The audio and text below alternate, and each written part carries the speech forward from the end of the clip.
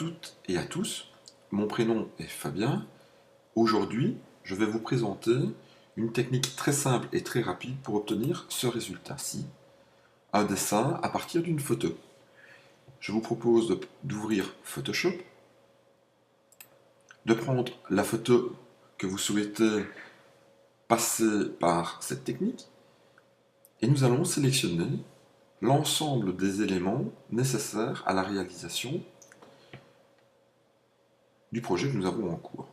Ouais, vous allez voir, je viens de constater par exemple ici que je n'ai pas encore tout sélectionné. Donc moi j'avais pris un peu d'avance, mais pas assez apparemment.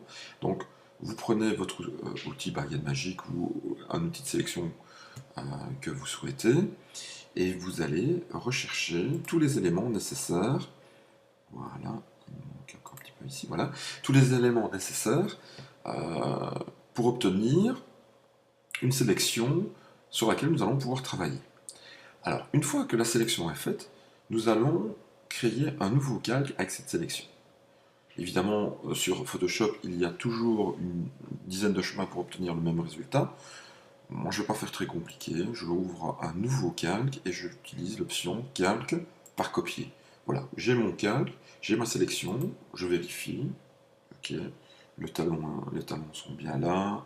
Ok, voilà, c'est pas parfait, c'est pas mal. Ouais, c'est pas mal, ce sera suffisant pour la réalisation de ce tuto.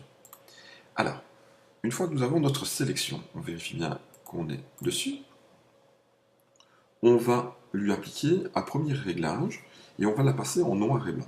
Pour ça, nous allons dans Images, Réglages, et nous prenons l'option Désaturation.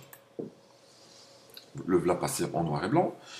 Je pense que nous sommes déjà à la moitié du travail. Nous allons maintenir enfoncé le clic gauche de la souris, descendre sur Nouveau calque, et nous allons faire une copie de ce calque.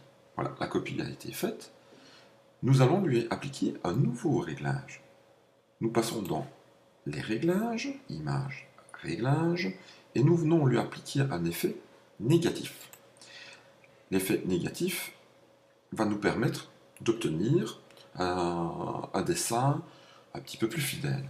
Alors, on n'est pas encore au bout, il nous manque encore un réglage, et celui-ci va s'appliquer directement sur ce calque-ci. Nous allons lui appliquer un filtre, et un filtre d'atténuation gaussien. On pourrait utiliser le directionnel aussi, ça fonctionne. Le gaussien me semble facile à gérer, donc voilà, pourquoi pas. On peut lui appliquer un effet.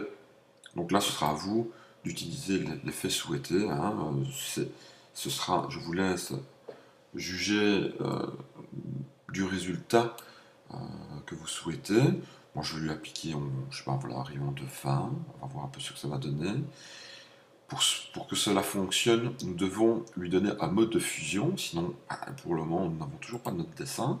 Et nous allons utiliser densité couleur moins. Voilà. Et là, nous obtenons un résultat plus ou moins satisfaisant. Hein. Il est un peu cramé. On aurait peut-être pu lui donner un peu plus de matière. Vous voyez, on n'est peut-être pas obligé de revenir en arrière. On peut peut-être lui appliquer un calque de réglage. Courbe ou niveau. On va utiliser plutôt un réglage de niveau. Et on va lui donner un peu plus de gris foncé, un peu plus de gris moyen. Vous voyez, là, on a récupéré un peu. Là, maintenant, il y a des petits détails à supprimer. C'est assez simple aussi. Hein. On utilise un calque de réglage pour, bien entendu, ne pas rendre l'opération destructive. Ce qui veut dire que si j'utilise mon pinceau et que je suis bien sur le noir, sur la couleur noire, je vais venir supprimer l'effet donné. Donc, si je peins ici, hop, voilà, c'est supprimé. Voilà. Alors, bien entendu, on n'est pas encore au résultat final. Ce sera loin d'être fini. On peut lui appliquer une colorisation. Si on a envie, on peut venir colorier l'ensemble des éléments. On peut lui donner plus de caractère. Mais une fois que vous avez cette sélection et ce résultat, bah, vous allez pouvoir l'utiliser un petit peu comme vous en avez envie. Soit dans une de vos compositions, venir par exemple l'ajouter dans une photo couleur que vous aurez sélectionnée au préalable, ou tout simplement créer un genre de planche de BD. Voilà, tout est possible.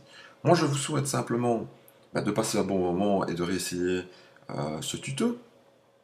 Utilisez-le, diffusez-le, c'est un plaisir de partager les informations. Elles ne sont pas tout le temps d'une grande utilité, mais ici, ça vous permettra de vous amuser un petit peu. Voilà. Si vous avez des questions, n'hésitez pas. Vous pouvez me contacter sur le Facebook, donc Studio Corben, et je vous souhaite de passer une bonne fin de journée. À bientôt.